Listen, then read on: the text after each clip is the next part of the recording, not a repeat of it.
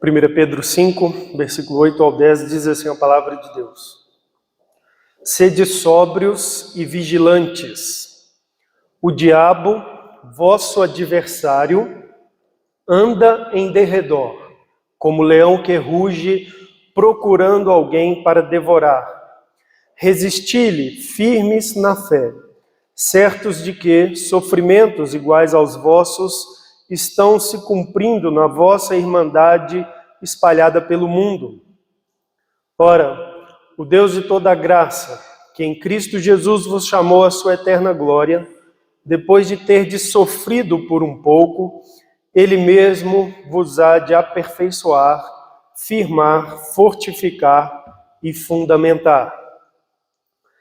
Esses versículos estão trazendo aqui o encerramento das exortações de Pedro, dirigida a esses crentes, a esse grupo de cristãos, né, daquela região ali da atual Turquia, da Ásia Menor. E é interessante porque ele termina as suas instruções exortativas abordando aqui o tema do sofrimento e mostrando onde está a verdadeira batalha espiritual. É importante a gente observar isso aqui. A abordagem a esse tema do sofrimento aqui nesse texto, ela não visa elaborar nem construir uma resposta sobre a experiência do sofrimento humano, justificando ou explicando por que há sofrimento no mundo. A resposta que Pedro dá, ou a instrução que ele traz aqui, não nos permite construir, né, elaborar uma teologia do sofrimento bem elaborada, bem argumentativa. Mas Pedro, de uma maneira bem peculiar, ele vai relacionar o sofrimento que os crentes passam nesse mundo ao trabalho oportunista do diabo. E não somente isso, a firmeza então dos crentes na fé como maneira de resistir a esse trabalho. É importante observar então aqui que Pedro vê e ele ensina sobre a atuação de Satanás. E isso nos dá um quadro de referência assim, bastante propício para entendermos essa realidade de batalha espiritual nas Escrituras Sagradas, que não é negada nesse texto, é uma realidade, existe. No entanto, ela é muito diferente da mística que foi construída em torno desse tema pelos movimentos evangélicos, principalmente a partir da segunda metade do século XX, e que influencia muito a igreja hoje, né? Do diabo como aquele ser que age, que atua, que tem poder, que desgraça as vidas, que faz isso e faz aquilo. E Pedro vai nos dar um quadro de referência bastante diferente desta visão mística. Então é importante a gente atentar para esse texto para entender essas questões.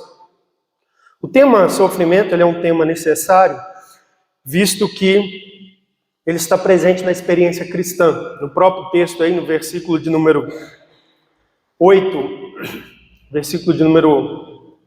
ele diz assim: certos de que sofrimento iguais aos vossos estão cumprindo-se na vossa irmandade espalhada pelo mundo.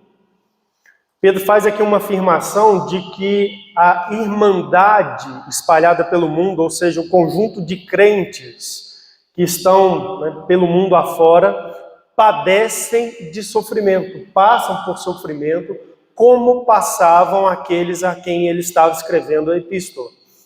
Então isso é um tema muito importante, porque ele está presente na experiência cristã e fica bem evidente quando a gente lê a epístola como um todo. Esse é um dos elementos que Pedro também mais trabalha ao longo da epístola, o tema do sofrimento na vida dos cristãos. O apóstolo, então, com sabedoria, ele vai nos passar aqui 3 ensinamentos, que são os seguintes. O primeiro é que o diabo usa o sofrimento para minar a firmeza dos crentes. Esse é o primeiro ensinamento que ele nos passa. O segundo é que esse perigo de ter a nossa fé minada pelo diabo, ele é constante, porque os sofrimentos eles são diversos. E então nós devemos ser sóbrios, vigilantes e resistentes ao diabo quando nós estamos passando por situações de sofrimento.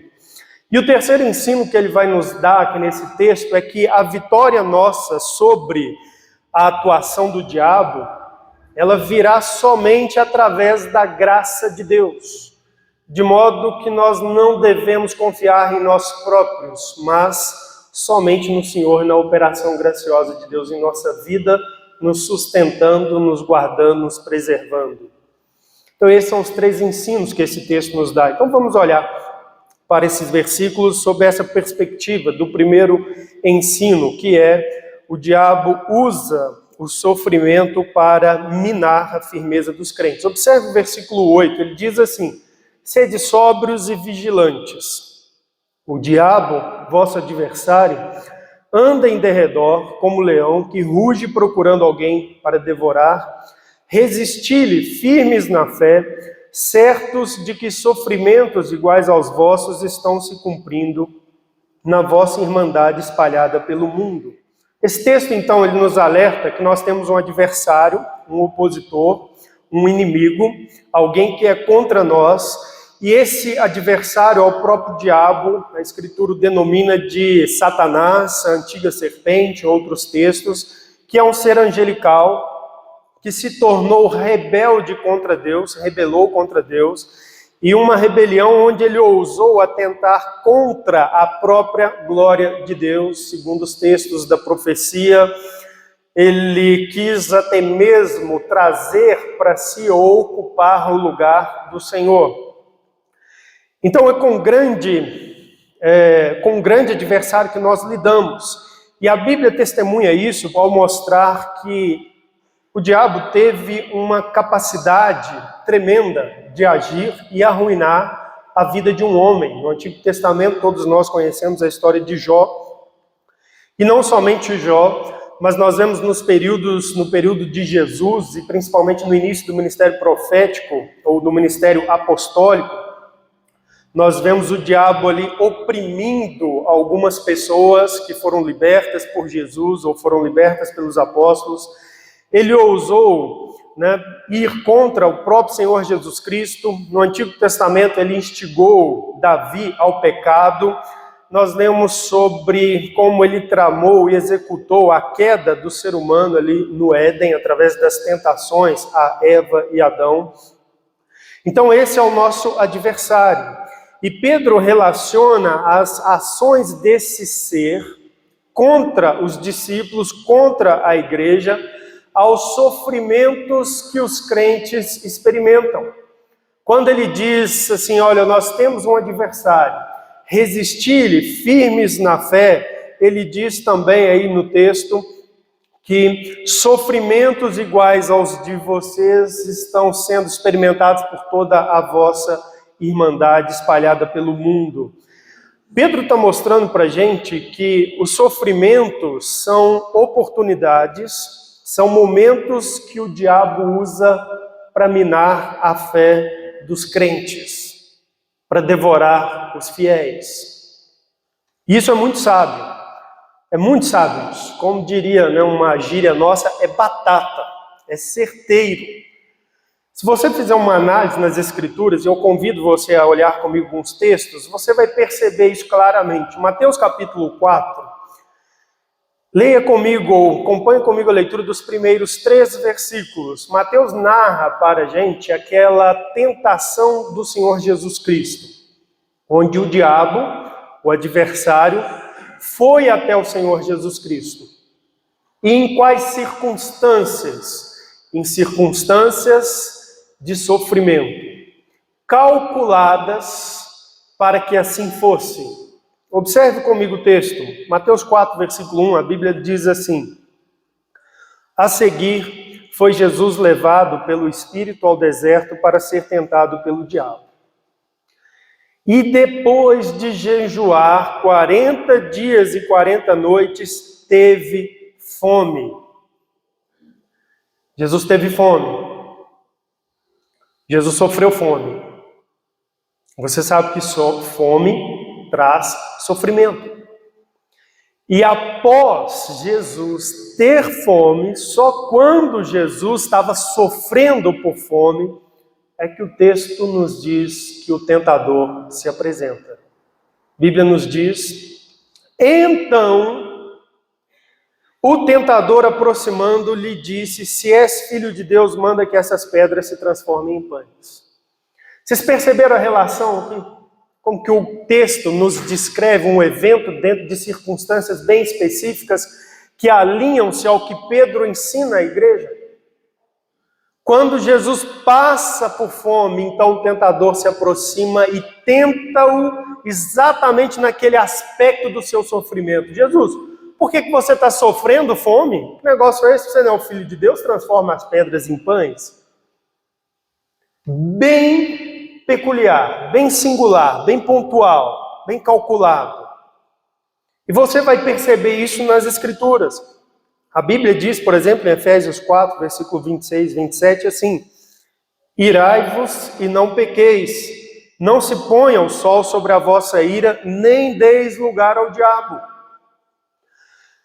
Instrução de Paulo é: irai-vos, não pequeis, ou seja, num conflito com outra pessoa, você pode ser levado à ira, mas não permita que isso se torne um pecado, porque no meio desse sofrimento, desse conflito, pode ser que o diabo encontre uma oportunidade para ele atuar. Então ele diz: nem deis lugar ao diabo. Resolva isso. Sem pecado, com perdão.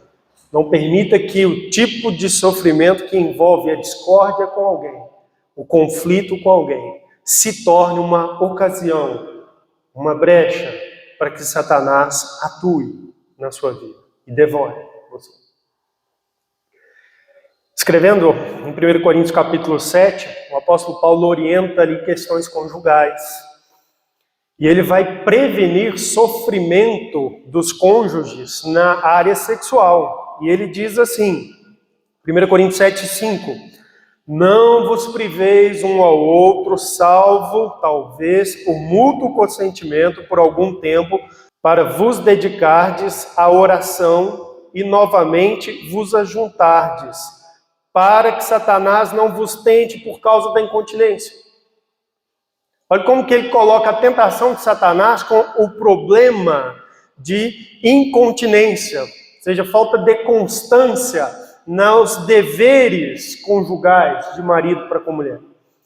E Paulo está dizendo, olha, é exatamente nesse ponto, quando tiver uma desarmonia, alguém estiver insatisfeito, houver ali uma circunstância de sofrimento emocional e etc., Satanás vai atuar.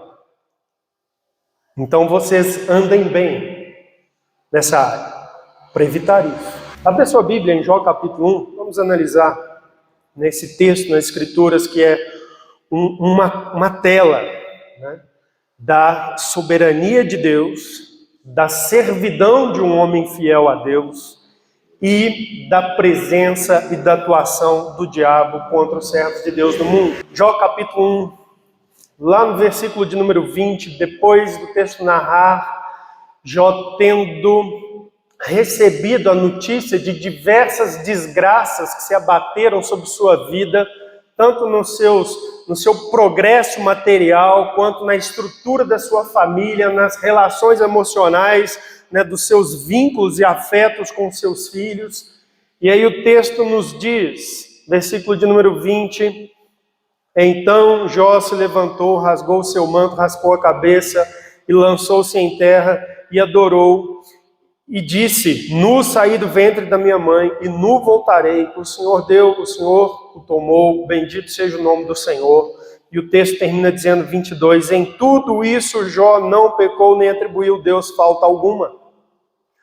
Observe, Satanás, para devorar o servo de Deus Jó, primeiro infringiu sofrimentos.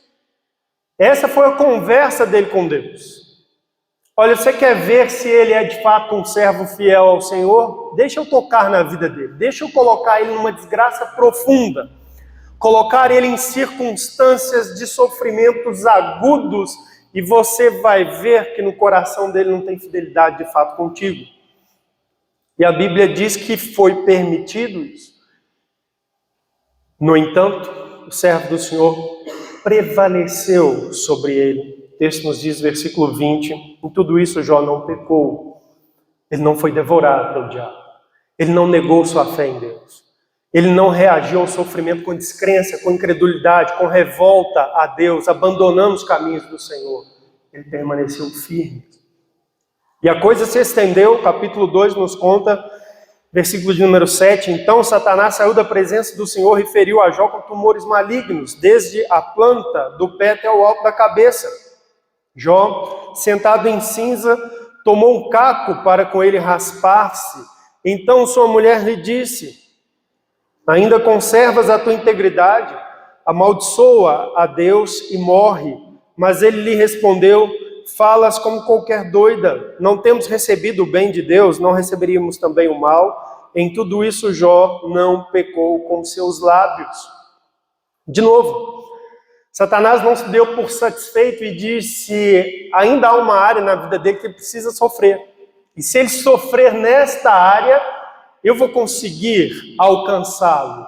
Eu vou conseguir tirá-lo dos seus caminhos. E ele vai então e coloca doença, enfermidade em Jó. E um quadro descrito aqui, terrível, abate-se sobre Jó. E Jó, no auge do seu sofrimento, recebe ali, inclusive, as palavras de sua esposa, você vai continuar íntegro, fiel ao Senhor? Diante de tudo isso, depois dele permitir todas essas coisas passar por sua vida, Jó, amaldiçoa Deus e morre, se mata. E a Bíblia diz que ele responde, não. Deus tem me abençoado com bem. Agora ele me dá o mal, bendito seja ele sabe o que faz. Mas o ponto que eu quero destacar é que, para tentar atingir Jó, desviar Jó dos caminhos do Senhor, o diabo primeiro trouxe sofrimento sobre a vida dele. E é o que Pedro, então, está alertando aos crentes. Tome cuidado com essas circunstâncias de sofrimento que, aliás, estão tomando toda a irmandade de vocês por todo mundo. Isso não é uma coisa única de vocês. Mas tome cuidado com essas coisas, porque o diabo usa essas coisas para tentar devorar você, tirar você do caminho de Deus. Isso é certo, na prática, você pode observar isso, né? Os pastores observam isso claramente no cuidado das ovelhas. Muitas pessoas se desviam da fé, desistem de seguir na caminhada cristã e o fazem depois de experiências de sofrimento. Quantas pessoas convertem, né, professam fé, começam a seguir a Cristo, e quando enfrentam uma experiência de dor, de sofrimento, algo inesperado, abandonam. Quantas pessoas começam a vir na igreja esperando que Deus torne a vida delas todas fáceis, e à medida que passa o tempo e ela continua percebendo que ela experimenta sofrimentos, ela perde pessoas, ela tem enfermidades, ela vive no mundo, tem pandemias do mesmo jeito, ela passa por dificuldades financeiras, desemprego, e ela não se firme, vai embora. Então a gente pode observar isso muito de perto na realidade da igreja. Pessoas sucumbem à fé, desistem do caminho da fé, por causa de sofrerem doenças, por causa do sofrimento de morte, da perda de parentes, de amigos, por causa de perdas materiais, ausência de emprego. Quantas pessoas desistiram de seguir com Cristo porque passaram por um período longo de desemprego? E todo o sofrimento que isso trouxe às suas vidas, as privações, etc. Ou perda de valores. Pessoas que desistem da fé porque ficam frustradas, porque padeceram grandes perdas nos seus negócios, né? Seu automóvel, sua poupança foi furtada, alguma coisa errada aconteceu com seus investimentos. E todas essas coisas trazem algum sofrimento, e ali abre-se então uma porta para abalar a fé. Sofrimento que vem com atritos nos relacionamentos. Quantas pessoas, por causa de escândalos provocados por outros, ou frustrações e decepções, né? Muitas vezes nós nutrimos grandes expectativas com os outros, com a liderança da igreja, com algum amigo, ou até mesmo dentro do círculo familiar.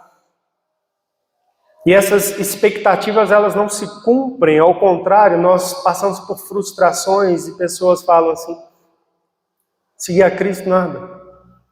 Olha, esse fulano segue a Cristo, mas olha o que ele fez comigo. Olha o que ele disse, está na igreja, mas olha o que ele falou, olha como viveu. E por causa dessa dor e deste tipo de sofrimento, as pessoas desistem ou abandonam os caminhos de Deus. Quantas pessoas abandonam o caminho de Deus, deixam a presença do Senhor por causa de casamentos rompidos? Cônjuges se afastam das coisas de Deus, filhos ficam questionando a bondade de Deus e podem, por fim, se afastar também por causa do sofrimento. E Pedro então está alertando: olha, tomem cuidado, porque o diabo usa o sofrimento para minar a firmeza dos crentes.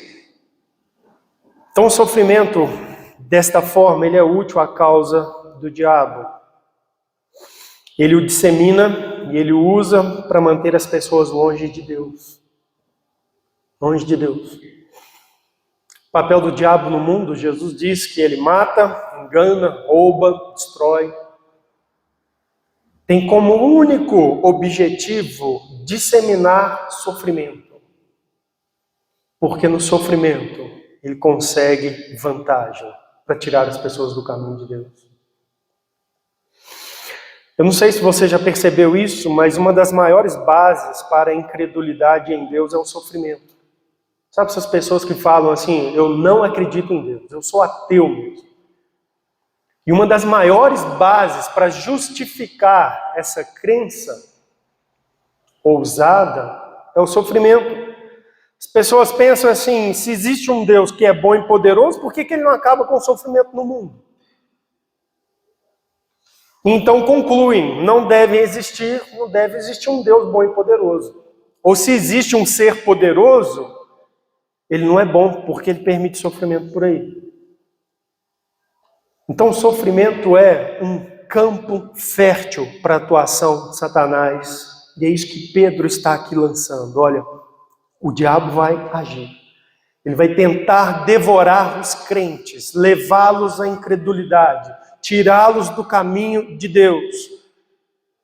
Então fique sóbrio e vigilante e resista-lhe firme na fé. E saiba que sofrimento igual aos que vocês passam, todos os crentes estão passando. Isso não é uma peculiaridade sua. Isso não é uma coisa assim só da sua vida. Então o que nós temos que fazer? Versículo 8 e 9, ele vai nos dar aqui 3 coisas. Ser sóbrio, vigilante e resistir na fé. Vamos ler o texto. Sede sóbrios e vigilantes. O diabo, vosso adversário, anda em derredor como leão que ruge procurando alguém para devorar. Resisti-lhe firmes na fé. O apóstolo Pedro nos dá aqui então 3 diretrizes para lidar com a situação que envolve o sofrimento e o diabo e a sua busca por devorar os que creem. Tirar a fé dos que creem. Devorar aqui significa isso, desanimar a pessoa, levá-la para longe da fé. A gente sabe isso porque a resposta aqui do texto a isso é resistir firme na fé. Ou seja, o que o diabo quer é tirar a nossa firmeza na fé. E assim nos tirar do caminho de Deus. Então, primeiro, observe o texto, ele diz assim: sede sóbrios e vigilantes. Sede sóbrios significa estar atento, estar com a mente clara. A ideia de sobriedade aqui é o oposto de embriaguez, de estar com a mente assim, turva por causa de alguma substância. E o que o texto está aqui nos dizendo é o seguinte: olha, o crente ele deve pensar, raciocinar com astúcia, com inteligência, com objetividade. Sede sóbrios. Ele deve perceber as realidades da sua vida em acordo e ligação com as questões espirituais. Você precisa de pensar na sua vida assim, estar sóbrio e perceber que as coisas que você vive, os sofrimentos que você passa, implicam em realidades como, por exemplo, a maneira como Satanás poderá tentar atuar na sua vida para levá-lo à incredulidade. Então você tem que estar atento a isso. Tem que estar consciente disso. Sede sóbrios. Você não deve se permitir a viver uma ilusão ou um devaneio, mesmo que momentâneo, quanto à seriedade da vida.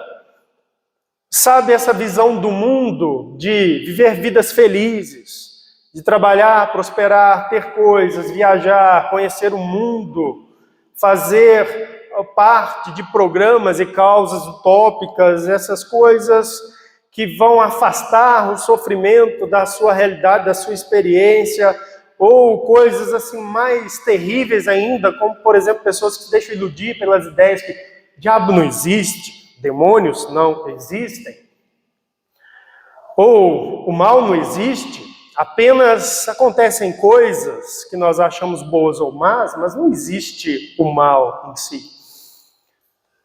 Pedro está dizendo, sede sóbrios. Pense claramente, não deixe que essas coisas envolvam a sua mente, você seja iludido e enredado por ideias que vão fazê-lo baixar a guarda perante o ataque de Satanás nas circunstâncias da sua vida, principalmente as que envolvem sofrimento.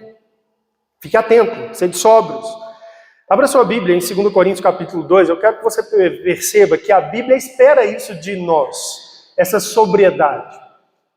Espera que nós enfrentemos o nosso viver e todas as realidades do nosso viver com essa concepção de que a nossa vida nesse mundo tem implicações em coisas espirituais, o tempo todo.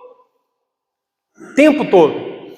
Por exemplo, 2 Coríntios 2, versículo 10, o apóstolo Paulo diz assim: a quem perdoais alguma coisa, também eu perdoo, porque de fato o que tenho perdoado, se alguma coisa tenho perdoado, por causa de vós o fiz na presença de Cristo, para que Satanás não alcance vantagem sobre nós, pois não lhe ignoramos os desígnios.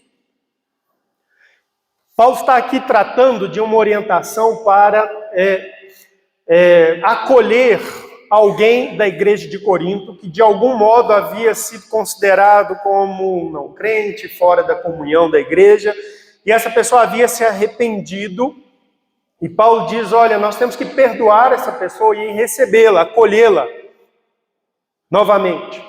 E aí ele diz, sabe por que nós temos que fazer isso? Para que Satanás não alcance vantagem sobre nós, pois não lhe ignoramos os desígnios, ou seja, estou o tempo todo atento. Se esse tipo de coisa não for tratado adequadamente, isso vira um problema inadequado, onde o diabo vai usar esta circunstância problemática, mas que vai operar de algum modo dores emocionais, tristezas, decepções, dureza de coração. Ele vai usar isso de algum modo para trabalhar contra nós. Então Paulo diz assim, nós não lhe ignoramos os desígnios. Nós sabemos que ele tem projetos, que ele tem propósitos de tomar questões dessas nas nossas vidas para trabalhar contra nós, porque ele é nosso adversário. Então nós temos que ser sóbrios. E é isso que Pedro está dizendo, sede sóbrios, o tempo todo, leva isso em conta na sua vida.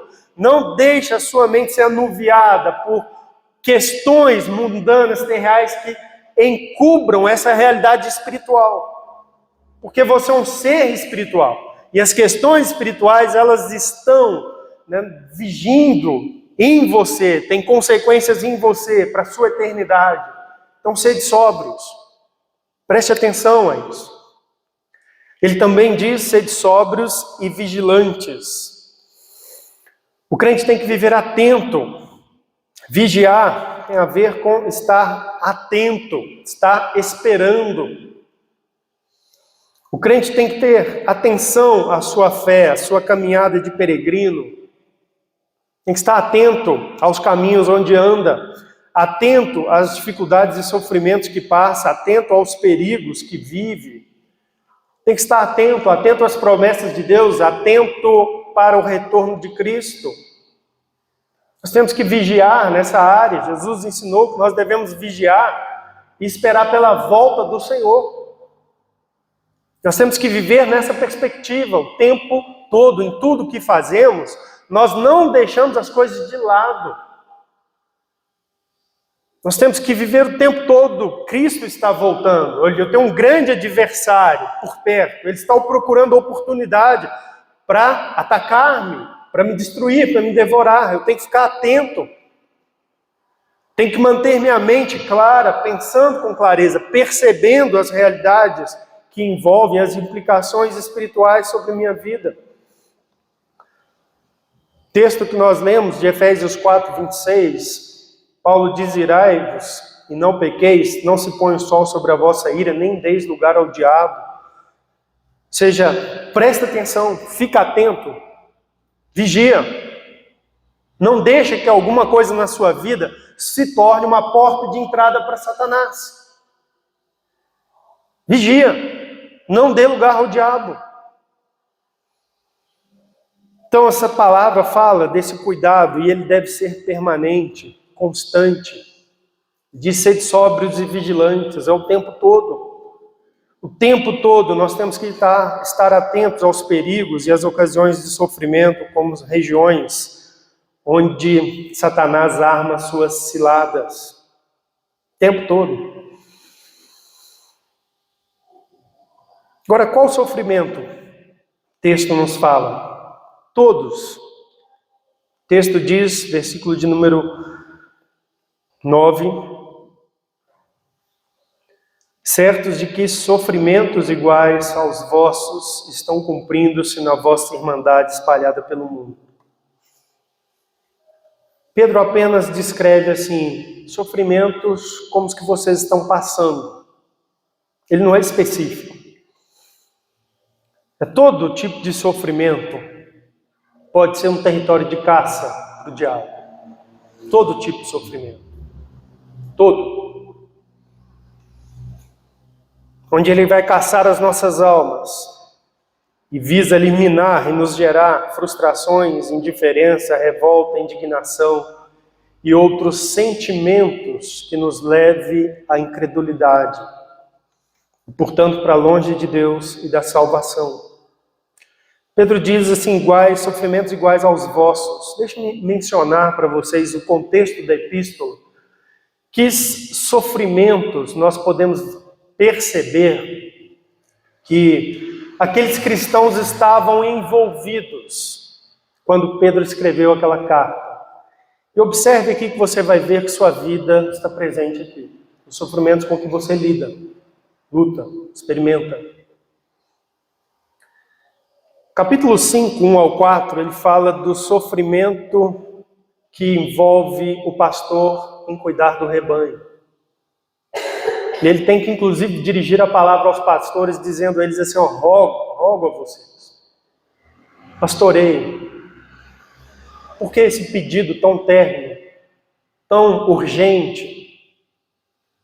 Porque numa época, como preguei no texto, numa época onde perseguições estavam surgindo sobre a igreja, pastorear o rebanho trazia riscos, o aumento exponencial de riscos de vida à pessoa e à família daquela pessoa. Sofrimento. O sofrimento que envolve pastorear no próprio lidar com pessoas pecadoras, ovelhas, que às vezes mostram os chifres como bodes.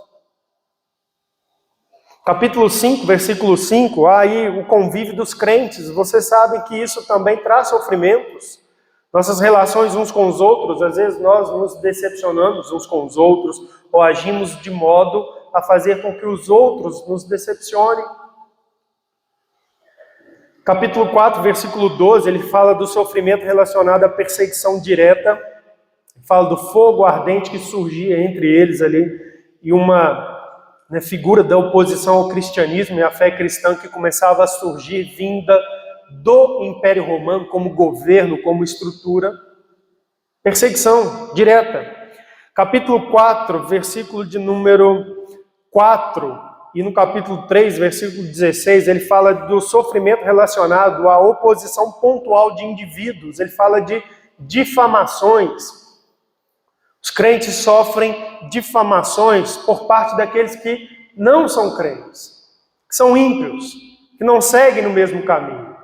E olham para os cristãos muitas vezes e fazem chacotas, piadas, ofensas, lançam ofensas, falam palavras impróprias, injustas. Sofrimento, a gente sofre por causa dessas coisas. Capítulo 3, versículo 14, ele fala de sofrer por causa de praticar a justiça. Quantas vezes os cristãos, buscando fazer o que é certo, sofrem? Nós não participamos de determinados atos, que envolvem pessoas ímpias do círculo da sociedade, complôs, alinhamentos de posturas no trabalho, porque nós olhamos e falamos, isso aqui não é ético, isso não é certo, isso não está de acordo com a vontade de Deus. E aí, porque nós optamos pela justiça, nós acabamos sofrendo, por causa disso. Capítulo 3, versículo 1 ao 7, ele instruiu sobre os relacionamentos conjugais que envolvem sofrimentos relacionados ao convívio conjugal, o sofrimento da esposa com o marido ímpio, que é orientada a ganhá-lo pela obediência à palavra, o sofrimento do marido que tem uma esposa fútil, entregue às coisas exteriores e temporárias desse mundo. Ele fala do grande valor da esposa que dá atenção às coisas interiores, à beleza interior. E imagine, um cônjuge que é casado com um outro que dá valor às coisas do mundo, à aparência do mundo, às expectativas do mundo, aos projetos do mundo, como que isso traz problemas, atritos e por isso sofrimento. Capítulo 2, versículo 18, o sofrimento relacionado a servir a senhores perversos. E fala que os servos têm que se sujeitar aos seus senhores, mesmo que eles sejam perversos. É óbvio que essa é uma situação que trazia sofrimento para esses servos. Sofrimento relacionado às paixões carnais, 12:11, ele vai dizer que nós temos que lutar contra as paixões carnais que fazem guerra contra a nossa alma. Quanto nós sofremos tentando mortificar pecados e abandonar maus hábitos no nosso coração. Quando você acha que você venceu, de repente você percebe que ele levanta-se de novo. Nós sofremos por causa disso. Às vezes temos uma sensação que nossa vida espiritual não está andando, não está crescendo. Porque nós estamos lutando contra os mesmos pecados, as mesmas paixões, e sofremos por causa disso. Capítulo 1, versículo 15, o sofrimento para conformar a nossa vida à vontade de Deus, a santificação, despojar de vários maus hábitos e ser santos, sede santos, porque eu sou santo, ele cita isso. Versículo 6 do capítulo 1, ele fala sobre as várias e diversas provações que os crentes passam nesse mundo, ou seja, além de todas essas que nós podemos levantar a partir da própria epístola, existem várias outras, diversas, que as pessoas padecem. E Pedro está trazendo uma instrução dentro desse contexto. Ele diz, certos de que sofrimentos iguais aos vossos, ou seja, esses tipos de sofrimentos e outros mais que a gente não encontra aqui no contexto de 1 Pedro, mas tome cuidado, vigie, esteja consciente em cada situação que você passar por sofrimento ligado a estas coisas ou a outras, porque é nesse campo que o diabo arma ciladas para a sua fé. É nesse campo. É aí que ele tenta te devorar, te emboscar e te devorar. Então a terceira ação recomendada é resistir-lhe firmes na fé. Observe que essa instrução ela não é passiva, mas é ativa. A Bíblia manda resistir, ou seja, você vai confrontar a atuação deste adversário da sua alma em cada uma das suas ciladas, com fé. Quando você passar por momentos, circunstâncias, onde ele levantar ali uma cilada, você vai resistir a ele, pontualmente, com fé.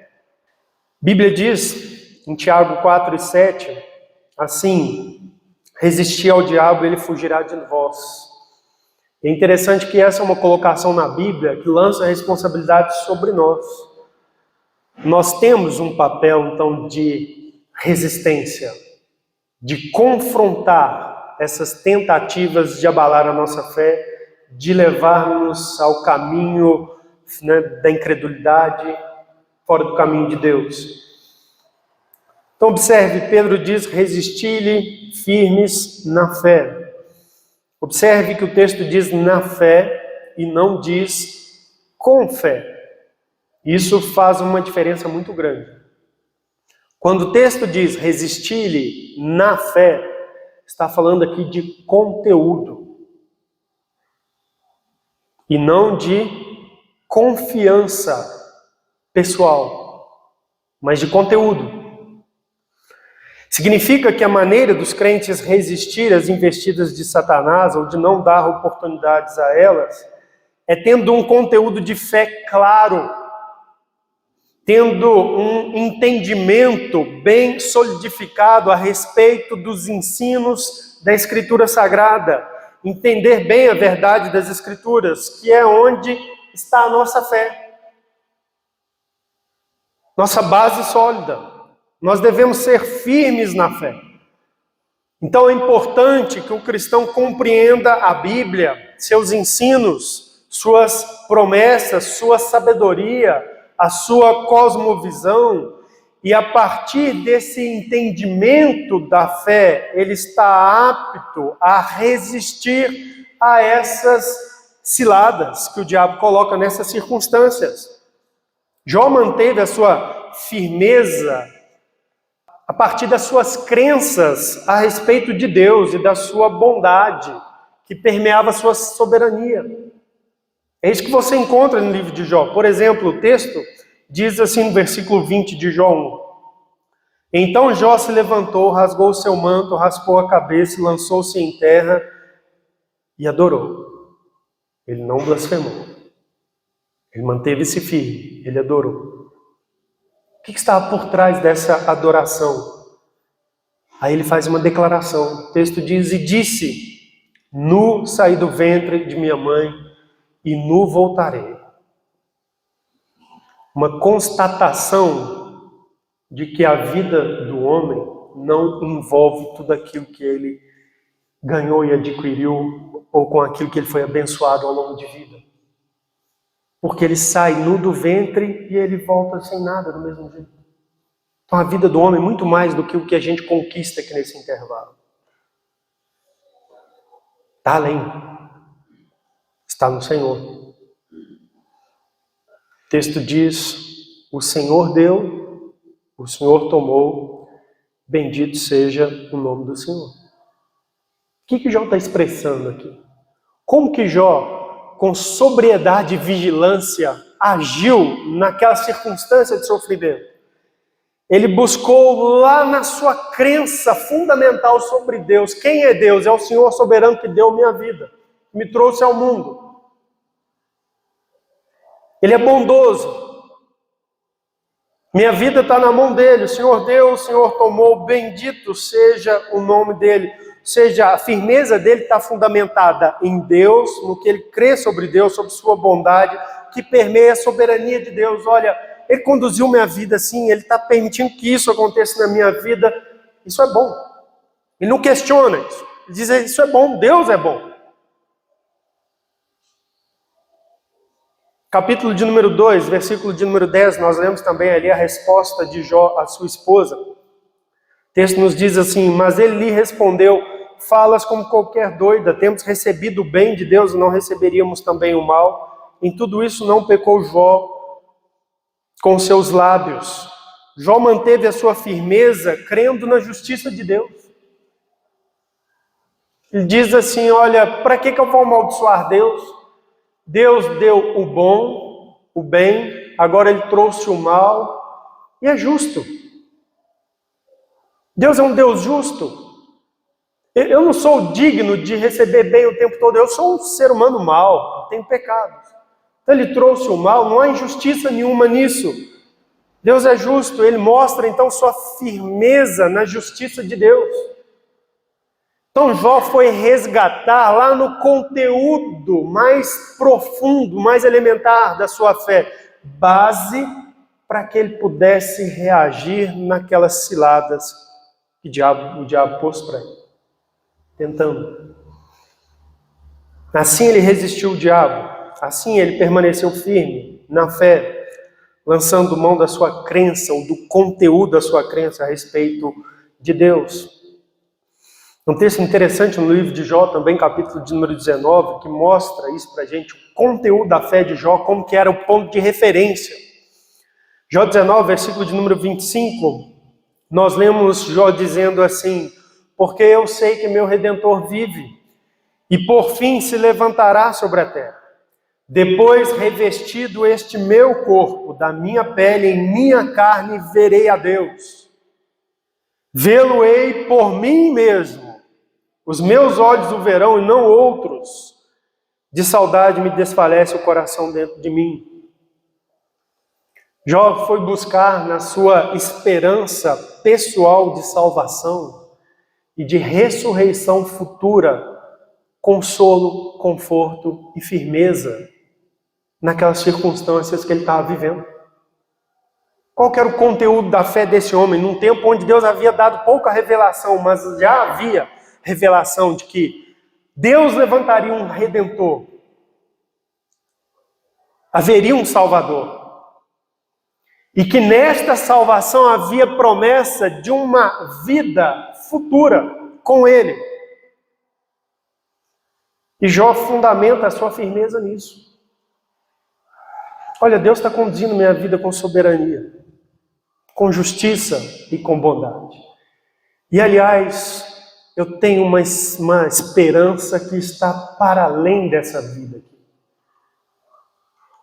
Meu Salvador se levantará.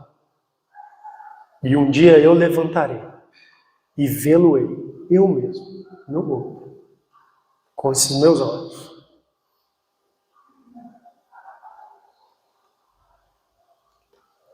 E é o que Jesus ensinou a gente a fazer.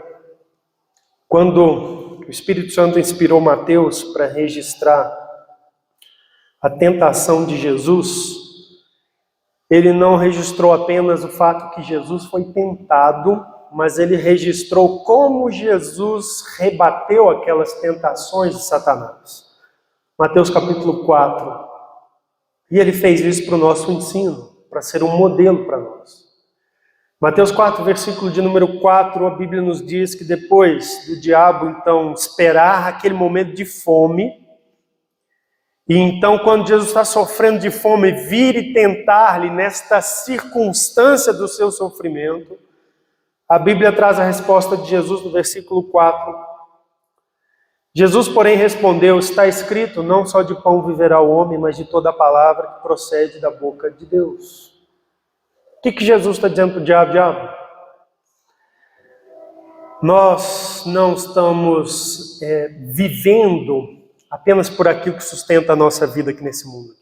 Tem questões espirituais, realidades mais profundas. Nós vivemos também pela palavra que procede da boca de Deus. Revelação. Bíblia.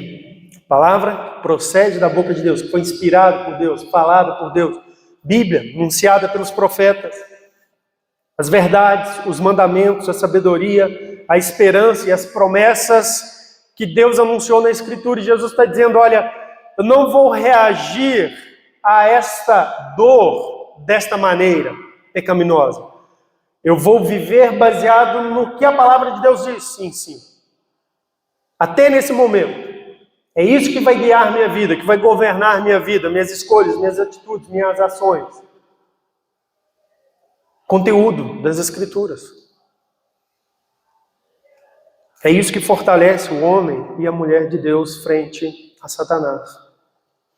E é por isso que aquele versículo onde lido tantas vezes por falar ali da luta que nós travamos contra o diabo, Efésios capítulo 6, as pessoas só pegam aquele versículo e falam da luta que existe e não param para pensar e entender o texto.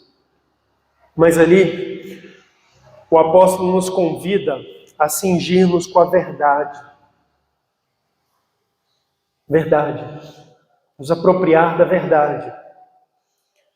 Fala ali para nós vestirmos da couraça da justiça.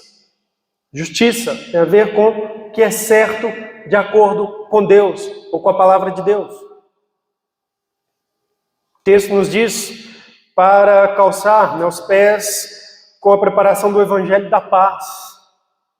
O Evangelho, mensagem de salvação, conteúdo. O texto diz que nós devemos embraçar o escudo da fé com o qual podemos apagar os dados inflamados do maligno.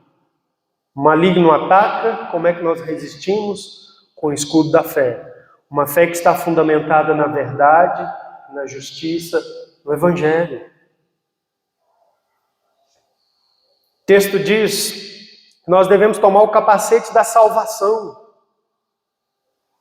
Eu preciso entender esse conceito de ser salvo, salvo pela graça de Deus.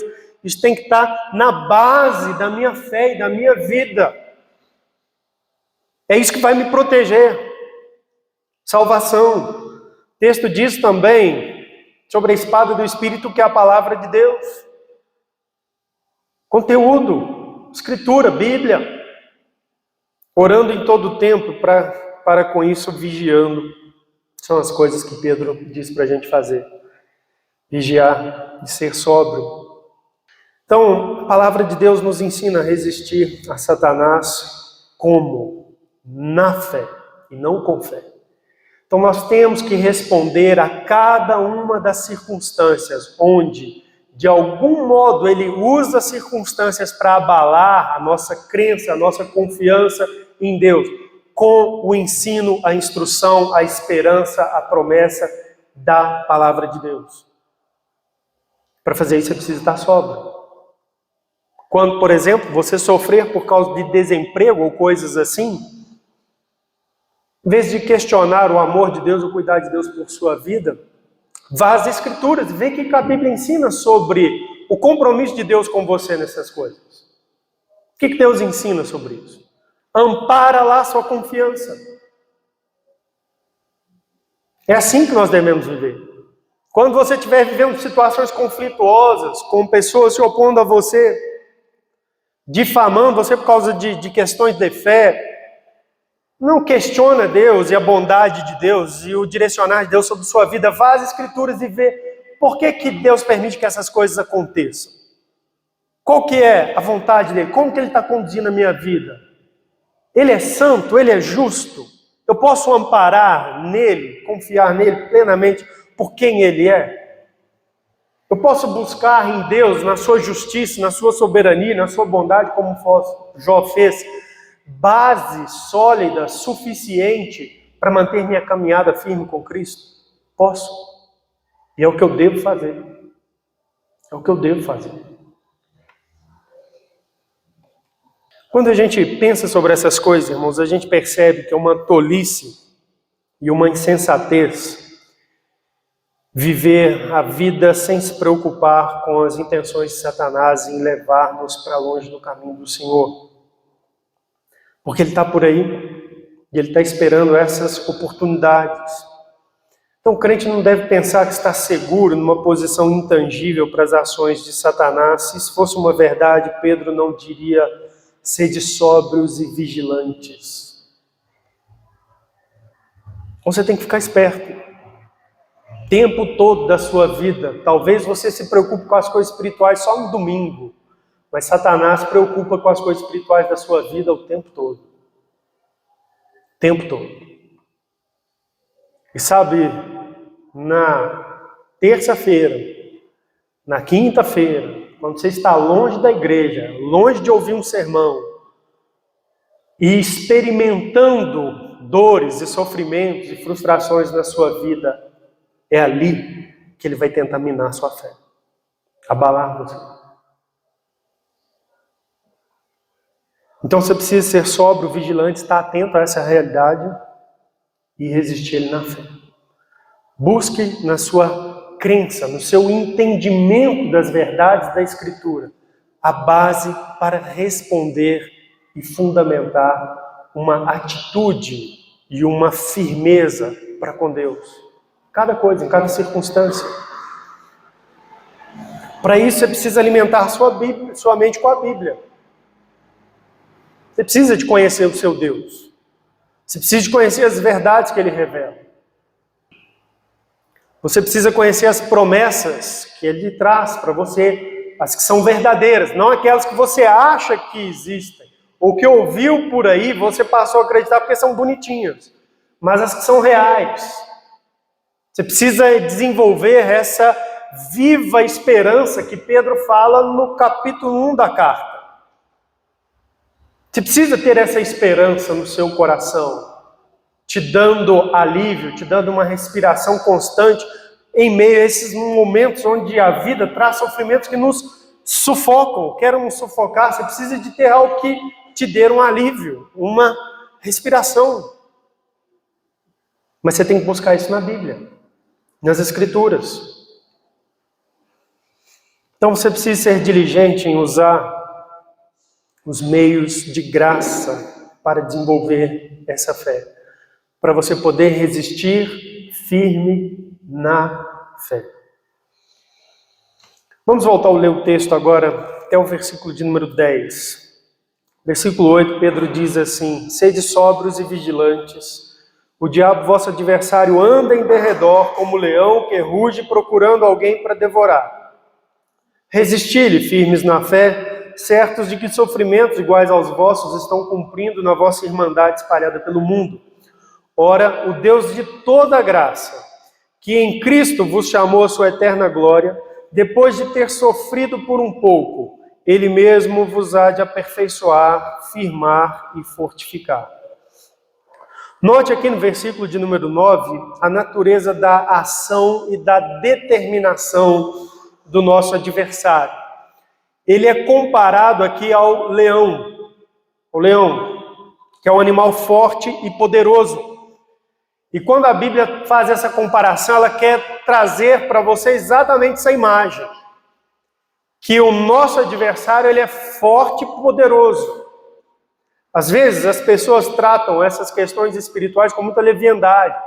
Umas igrejas falam, né, vamos pisar aqui no diabo, vamos fazer dele de gato sapato, como se ele fosse um ser sem poder, incapacitado. Mas a visão de Pedro, de Satanás, é que ele é um ser forte e poderoso. Ele o compara a um leão. O texto nos diz que ele anda em derredor, ou seja, ele não está distante do povo de Deus, mas próximo ao entorno. Ele espreita. A figura das Escrituras é exatamente aquela figura que você vê nos documentários do National Geographic, né, dos leões caçando ali nas savanas africanas.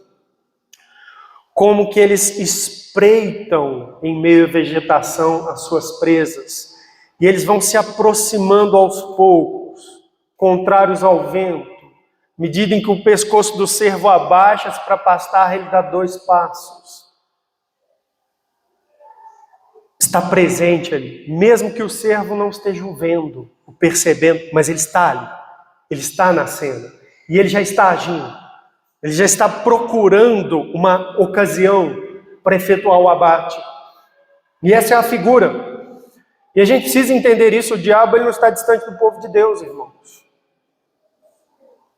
Ele não está distante de nós. Os seus demônios não estão distantes de nós. Eles não estão em nós. Mas eles estão perto de nós. E ele espreita, e ele arma ciladas, usando a linguagem de Paulo aos Efésios no capítulo 6. Ele nos embosca. O texto diz aqui também que ele ruge. E é interessante porque há uma prática entre os leões de focar uma presa num bando e então se organizar, né, estrategicamente para poder isolar aquela presa. E ele então ruge. E o bando dispersa e aquela presa ela fica apavorada, vulnerável e sozinha. Ela é afastada do bando.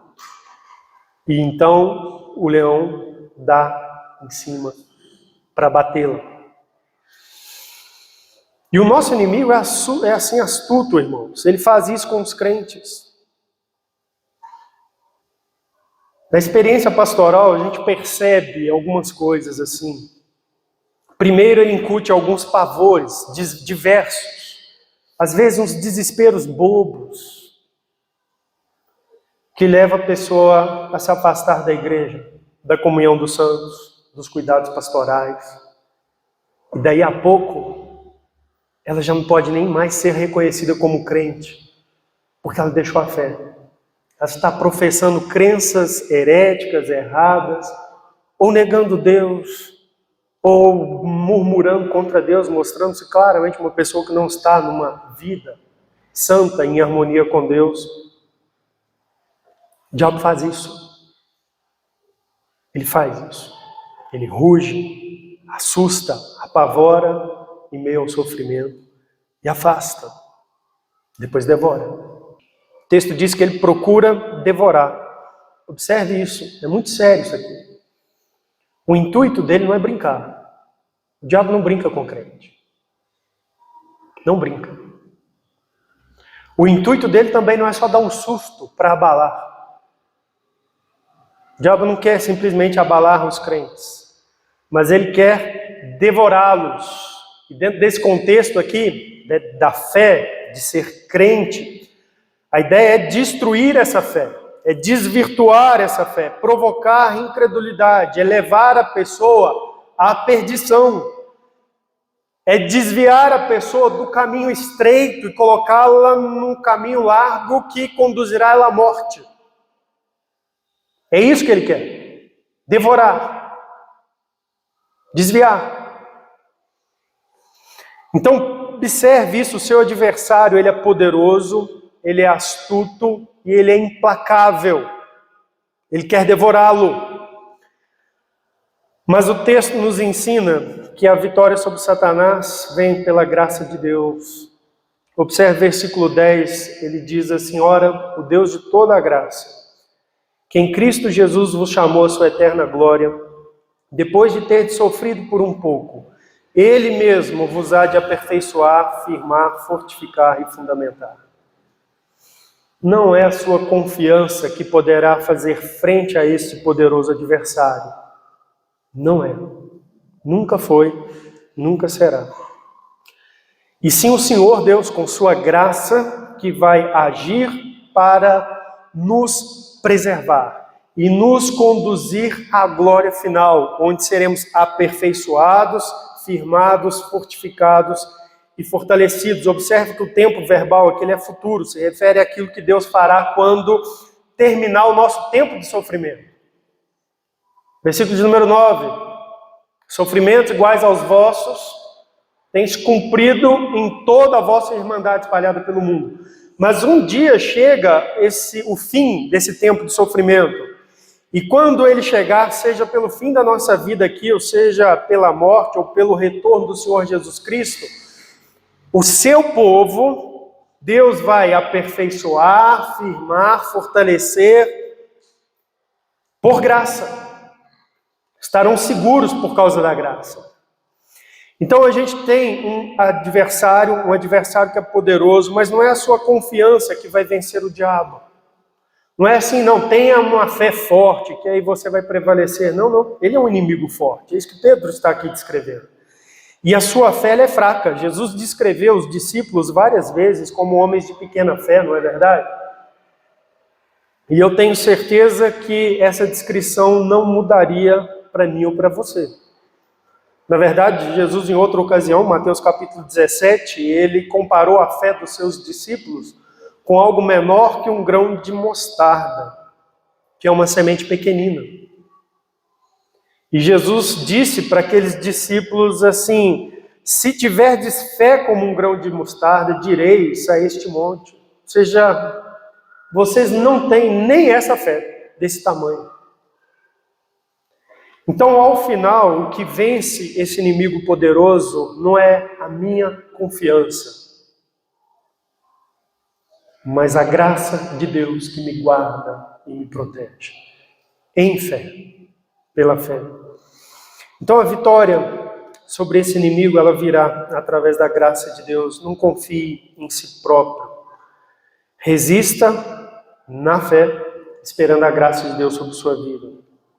Diante disso, dessa realidade que a Bíblia descreve, o diabo é uma contumácia também, uma tolice. Essa ideia de fazer acordos com Satanás, ou viver sem se importar com a vontade de Deus, achando que vai conquistar as graças e favores do diabo. E existe essa mentalidade por aí em algumas pessoas. Você ouve isso em brincadeiras, mas às vezes parece que algumas pessoas levam isso a sério. Isso é uma tolice.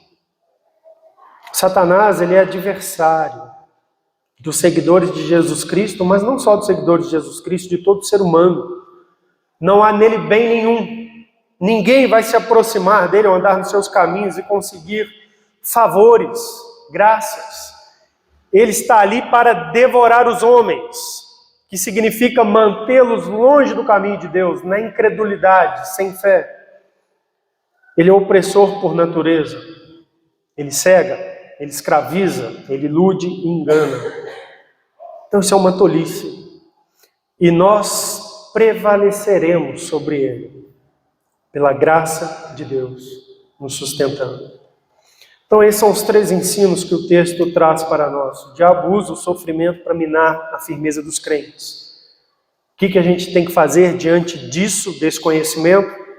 Ser sóbrios, vigilantes e resistir ao diabo e às suas ciladas na fé.